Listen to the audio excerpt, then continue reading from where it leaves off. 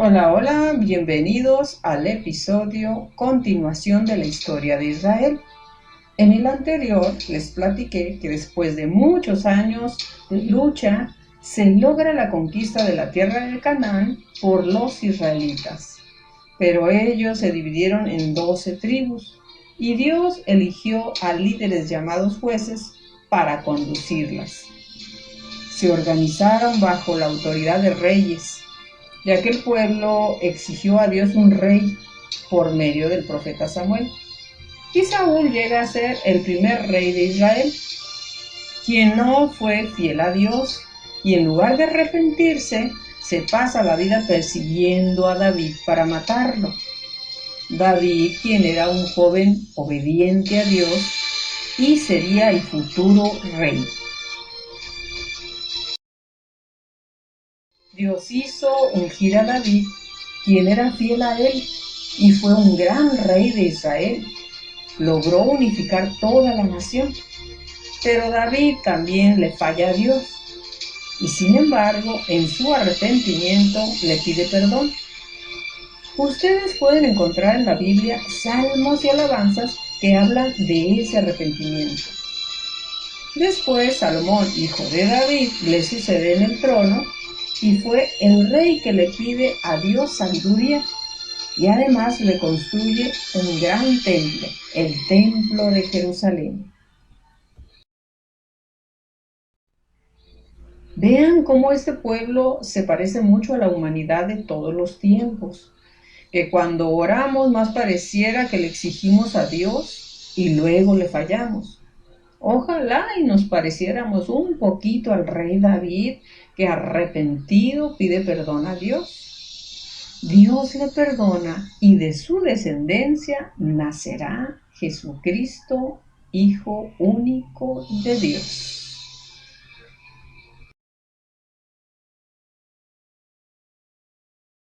Y Salomón, quien también traiciona los mandatos de Dios, Israel se divide en dos: el reino del norte llamado Israel y el reino del sur llamado Judá.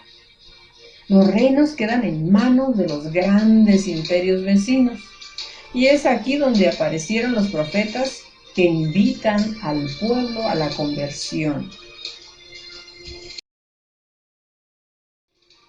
Recordemos que los profetas eran hombres quienes se comunicaban con Dios y transmitían al pueblo la voluntad del Todopoderoso.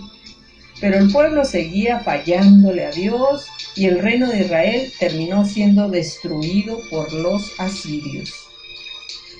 La palabra de Dios nos presenta en esa historia tan interesante que este pueblo se parece muchísimo a la conducta de la humanidad. Los grandes teólogos interpretan que nuestro propio actuar es muy semejante al actuar del pueblo de Israel.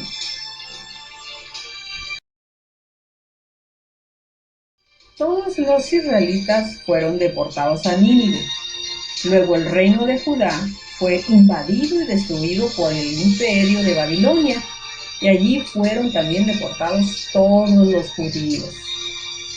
Pasados muchos años de destierro, los judíos pudieron volver a su tierra, pero ya no como una nación independiente, sino como una provincia de los persas, que eran un verdadero imperio.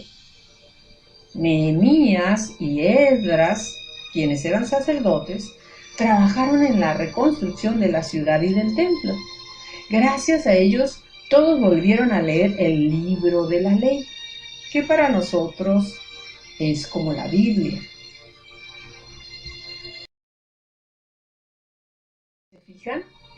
Es como cuando nos alejamos de Dios, nos olvidamos de nuestra fe, abandonamos la práctica de los sacramentos, pero Dios, que es siempre fiel a sus promesas, nos manda a alguien que nos acerca de nuevo a Él.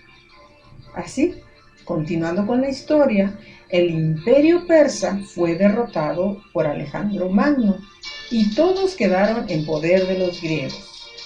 Los griegos querían imponer sus costumbres religiosas, pero los judíos se opusieron. Y es aquí donde Judas Macabeo, un gran guerrero, lucha por los judíos logrando grandes hazañas.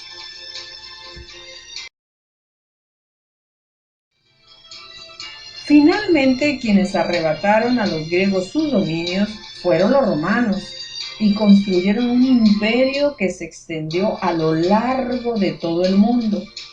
Un general llamado Pompeyo fue quien conquistó Jerusalén y destruyó su templo sagrado, sometiendo bajo el imperio romano a los judíos.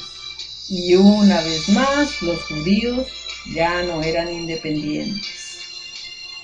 La reflexión final de esta historia es esta comparación. Cuando nos atrapa el pecado, el mal, somos dominados por él y no podemos librarnos fácilmente, así como los judíos no podían contra sus enemigos.